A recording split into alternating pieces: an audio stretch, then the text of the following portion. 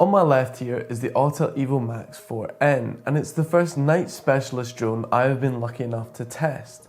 It is the same craft as your Max 4T, and it even has the wide-angle lens, thermal lens, and your laser rangefinder. However, it has something very special called the Starlight camera that basically allows you to see in the dark. I'm Jack from Edinburgh Drone Company. Hit that subscribe button as we take flight deep into the moonlight with this new night payload.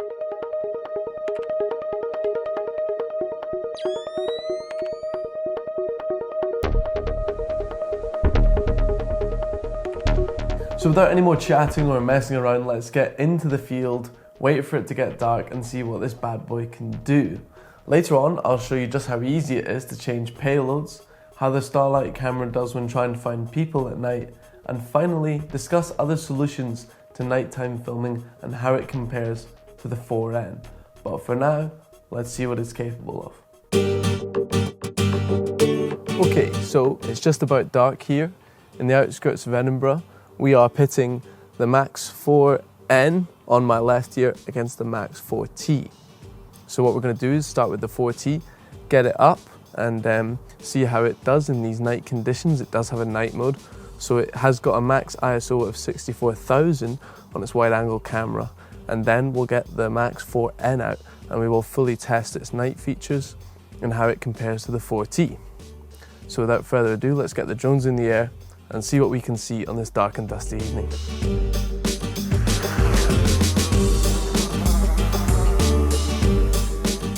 So starting with the Max 4T here in its wide angle camera, you can see that 64,000 ISO is still doing pretty well in the wide angle, and then even as we go into the zoom towards the fourth row bridges, towards the end of golden hour, it's still looking pretty good.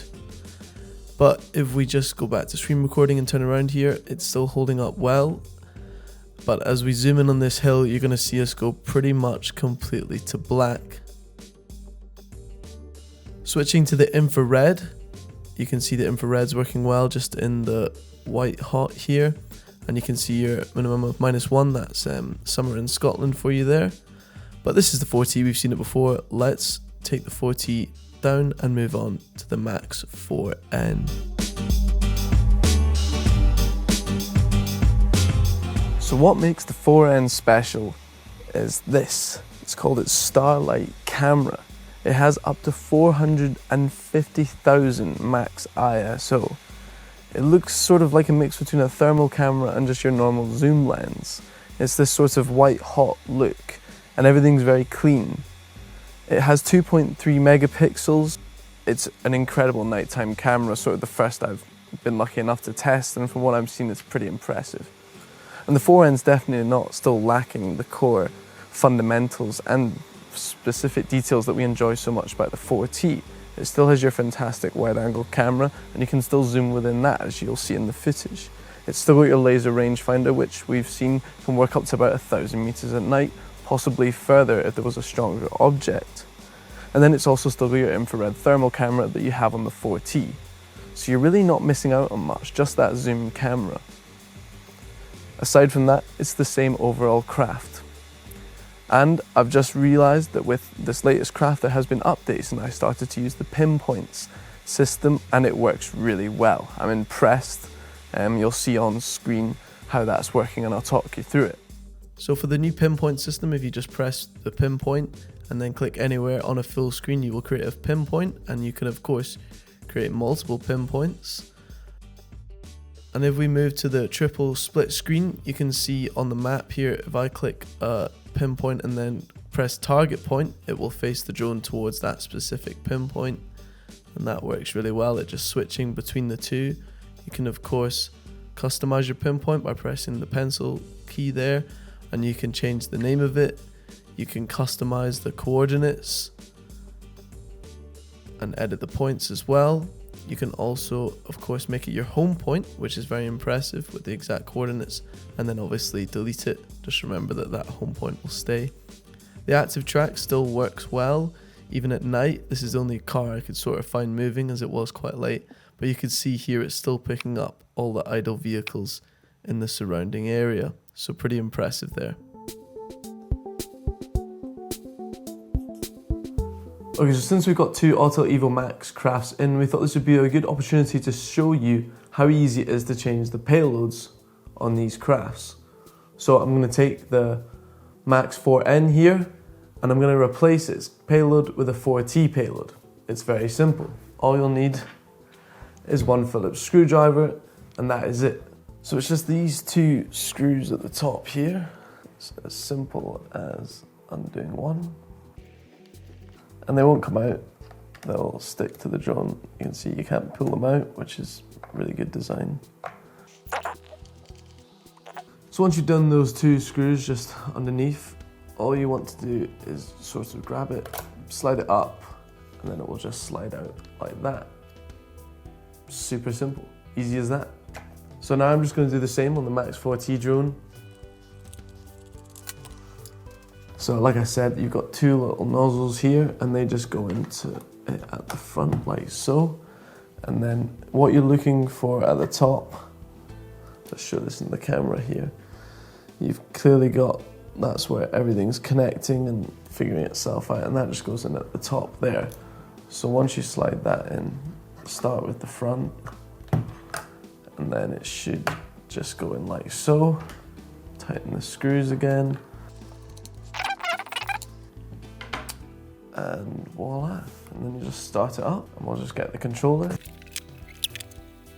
So as you can see, I didn't need to do anything. It already acknowledges that it's got the 4T payload in now, so I can switch between my zoom, my infrared. Obviously the zoom is the one camera that the 4N doesn't have. So it's really as simple as that. It's great to see this technology coming to the forefront of drones, and the Max series, it's definitely a big selling point against the M30T or many other drones. The fact that you can change the payloads so easily, and the fact that they're already coming out with two impressive payloads. I'm excited to see what the mapping one's all about. Hopefully we'll get our hands on that. So now let's go and test the 4N out, trying to see if you can find people at night and how difficult or easy that may be in quite an open area at the Pentlands. So we'll switch to that. Okay, so we're here in the Pentland Hills, and it's slowly getting dark, and we're ready to test out the Starlight night camera in a more search and rescue type scenario. So we're going to emulate a search area where I'm going to sort of quadrant out a specific area that three of my mates are going to try and hide in. What are you wanting from us? What do you want to say? We're going to go off and hide? And they've gladly volunteered to go and hide somewhere. Right, so here's the three volunteers. How are you feeling, boys? Any ideas about where you're hiding? No, I can't. And then we're going to use the Starlight camera and see how easy it is to find people when it's dark. I don't know how this is going to go. They might hide particularly well. So we'll just wait for darkness to set in. Oh, you think darkness is your ally? And then we'll set the drone up and see how we get on.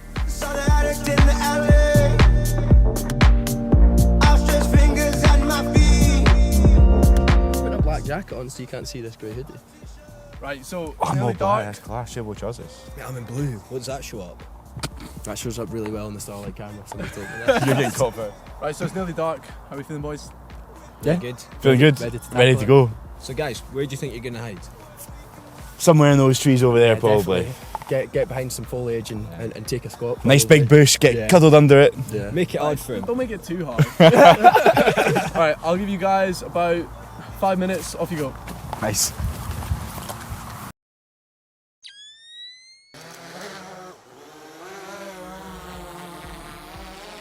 So I've sent the boys off to hide, and you can see the area. It's just this big little woodland here. So we're gonna search through that using both the Starlight and we even use a bit of the infrared camera. So it's quite bright on the wide angle still. Trust me, it's pretty dark here. You can see from the camera footage, it's just got a very good camera on itself. So if we move over to the night vision, you're gonna see how much more zoomed in we are.